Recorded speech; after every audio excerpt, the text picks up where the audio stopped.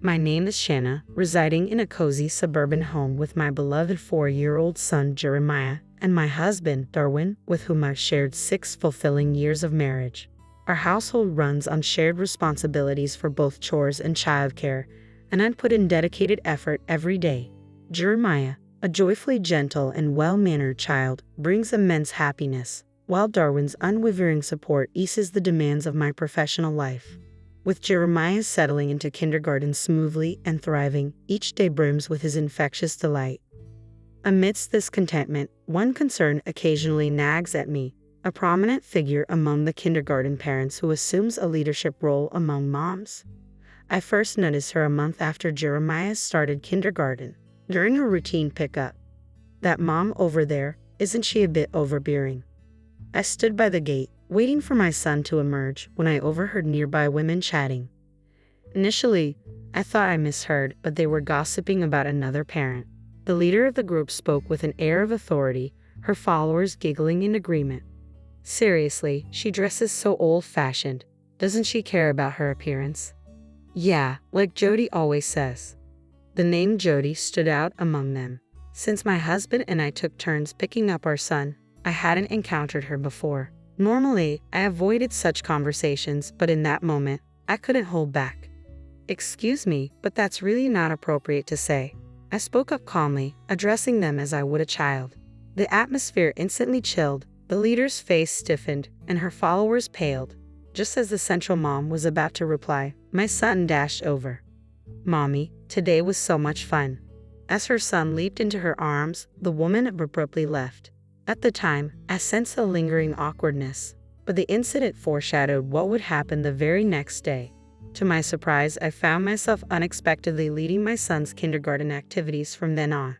It might be challenging, but I think I'll adjust within a month. Nah, I've already coordinated with everyone at work. If I manage my time well, it should be fine. Fortunately, my job's flexibility allowed me to arrange my schedule. After notifying my colleagues of my planned absences, I rushed out of the office and into the kindergarten. Yet as soon as I stepped into the parking lot, a sense of unease gripped me. I sense the other moms are looking at me and whispering about something. When I glance their way, they quickly avert their eyes, clearly excluding me. Wow, it's been a while since I felt like an outsider.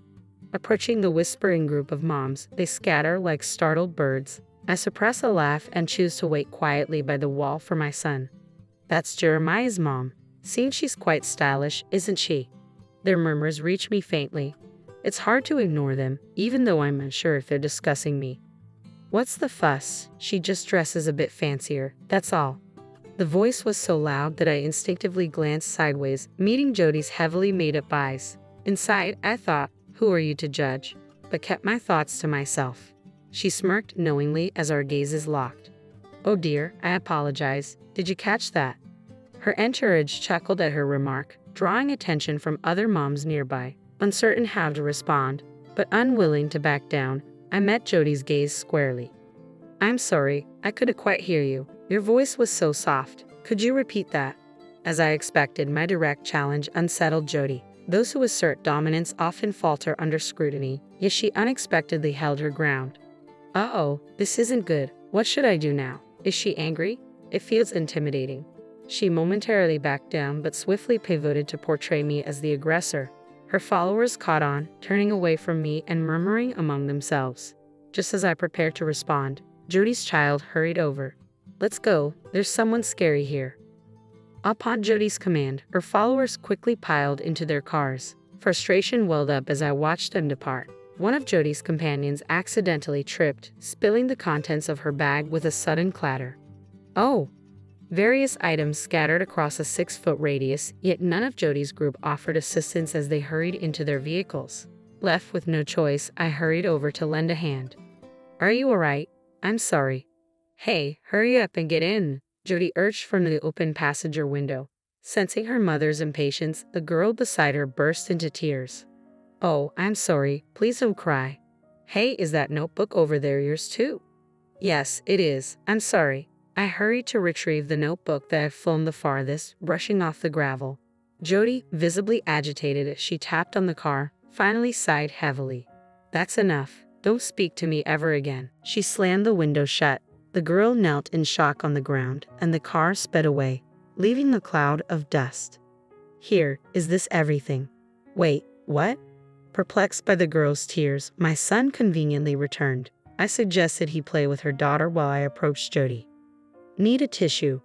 Yes, please, thank you. Handing her a tissue from a distance, I watched our children playing tag in the park square. As we began chatting, I discovered her daughter was in the same class as Jeremiah. It made me realize my own lack of social interactions. It was then I learned her name was Letitia. Well, I've always just gone with the flow. No, that's perfectly fine. More importantly, among the items that had spilled from her bag earlier, I noticed something intriguing. A limited edition cosmetic prized by aficionados. Are you into cosmetics? I inquired. Letitia's face brightened. Upon closer inspection, I noticed her well-applied makeup, a stark contrast to Jody's style. Yes, I do. I bought this based on a recommendation from an app I use. She showed me her phone, revealing the familiar logo, an app developed by my company. I hesitated, unsure whether to disclose this information. I heard it's an app from Mr. McLaren's company. I like it because it has great recommendations, although I might need to reconsider using it now. What?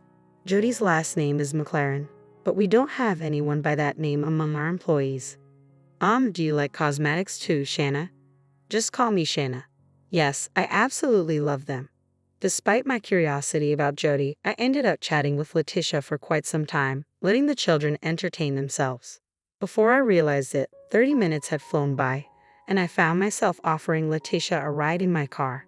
It marked the first time I'd made a mom friend, and it felt wonderfully natural to converse.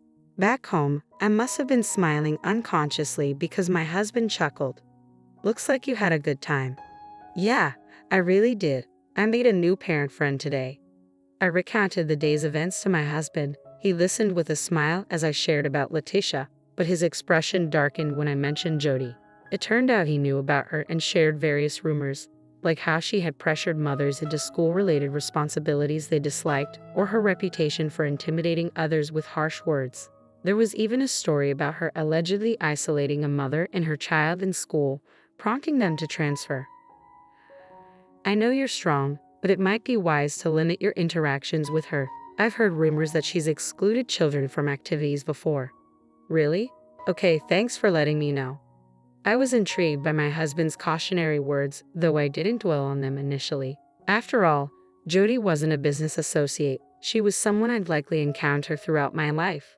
But soon, the situation evolved into something I couldn't easily dismiss. Sometime after forming a bond with Letitia's family, Jody unexpectedly approached me. We hadn't exchanged a glance since our initial encounter. I've heard about you, she began. Wondering what she could possibly know to seek me out in the parking lot, I waited, puzzled. Jody's smirk revealed her intent. You're some big shot at a company, right? No wonder you drive such a fancy car. I pondered who could have leaked such information to her. By referring to some company, Jody might not have known the specifics of my role. Stepping out of my car, I found myself swiftly surrounded by Jody and her clique. With her arms folded, Jody motioned towards me. What do you want? You. I'll let you into our circle. Let's be friends from now on. I never expressed any interest in joining her circle, though. That thought lingered as I recalled my husband's advice. Endure if it's just me facing exclusion, but protect Jeremiah from any harm at all costs. Maybe I should play along for now, I mused, deciding to respond casually. Oh, thank you. I'm glad, I replied without much emotion, but Jody appeared satisfied with my response. She promptly arranged to have lunch with me the next day, leaving in high spirits with her entourage. What was that all about? I muttered to myself, already feeling disheartened at the thought of lunch with them. Just then, I sensed someone watching me. Turning around, I spotted Letitia observing me from a distance. Since that incident, she had been excluded from Jody's circle. Letitia, why are you hiding over there? I'm sorry, Shanna.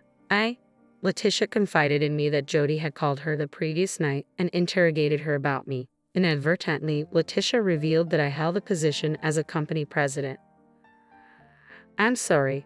I think Jody might be planning to take advantage of you. Apparently, she has a history of exploiting the weakest member of the group by making them foot the bill for lunches and parties. Up until now, that person has been Letitia. What's that all about? While I initially believed it wise to keep my distance from Jody, I couldn't stand by while she mistreated Letitia, such a kind person. I resolved to alter my approach. We'll be connected to this kindergarten for another 3 years. If we have another child, it'll be even longer. With Jody's family having multiple children, if I'm going to be involved with them for so long, maybe it's better to take a stand. But I've just been invited to join that group, I told Letitia, seeing despair wash over her face, almost bringing her to tears. So, we won't be able to talk anymore, right? Jody apparently forbids group members from interacting with any moms she's excluded. It's shocking how controlling she can be. No, that's not true at all. I just wanted to surprise everyone. I really don't think this is appropriate. The following day, the cafe where I had been invited for lunch happened to be conveniently close to my office. Jody had commandeered the terrace seating, positioning herself at the center. You know, you have quite the stylish look. It suits you well, of course. Being a CEO must be quite something. I bet you work hard and earn well, right? Despite her occasional patronizing tone, I wasn't in the mood for this conversation today. Speaking of which, that app is really gaining popularity these days. Outside the cafe, a large billboard atop a nearby building prominently displayed an advertisement for our company's app. This prompted me to broach the topic. Yes, it's quite popular these days. In fact, my husband recently joined that company. Oh, really? Did he just switch jobs? He was offered a tempting position and made the move. You should join us for his job celebration. As expected, she took the bait. However, her statements contained several inaccuracies. To clarify, her husband hadn't started working there yet. He had only received an offer with his first day scheduled for next week. Furthermore, he hadn't been headhunted. He had applied independently. They probably assumed I was unaware, but I happen to be quite knowledgeable about that company. Oh, I'm sorry, I have to leave now, I said, excusing myself. You're quite busy as a CEO, huh? Take care, Jody remarked with a smile. Perplexed by her words, I tilted my head slightly, prompting a disbelieving smile from Jody. You may be the CEO, but you're still the newest member here, right? So I think you should cover the bill. It became clear that Letitia's concerns were justified. They evidently viewed me merely as someone to foot the bill. The conversation had turned into mean-spirited gossip, leaving me feeling disgusted by the way Letitia was targeted. Masking my feelings with a forced smile, I settled the bill and left. Everything is set now. All that's left is to deliver the final blow. At Jody's husband's job transfer celebration that evening, I approached him. Mr. McLaren, burning the midnight oil on your first day, boss? I'm sorry, just a bit longer. I really want to get up to speed quickly. It was Mr. McLaren's inaugural day at work, and he appeared somewhat cautious. Much like during his interview, he seemed entirely unremarkable. How about we all go out for drinks to mark your first day? I'll invite everyone. I'd love to, but my wife has already arranged a dinner to celebrate my job change. I'm sorry, can we do it next week? I knew he wouldn't show up. Besides, I was acquainted with his wife. I had made a reservation at an upscale steakhouse, coincidentally, where I was also invited.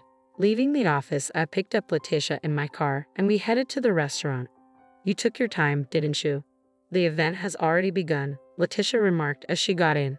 My goodness, the star of the evening should be her husband, yet the party is already underway. Upon entering the restaurant, Jody's gaze immediately fell on Letitia, and she visibly scowled. What a grump. You weren't supposed to be here, were you? Well, I just happened to run into her and invited her. I apologize. Could you please order a drink? Jody and her group had occupied the larger table, while Letitia and I found ourselves at a separate table for two.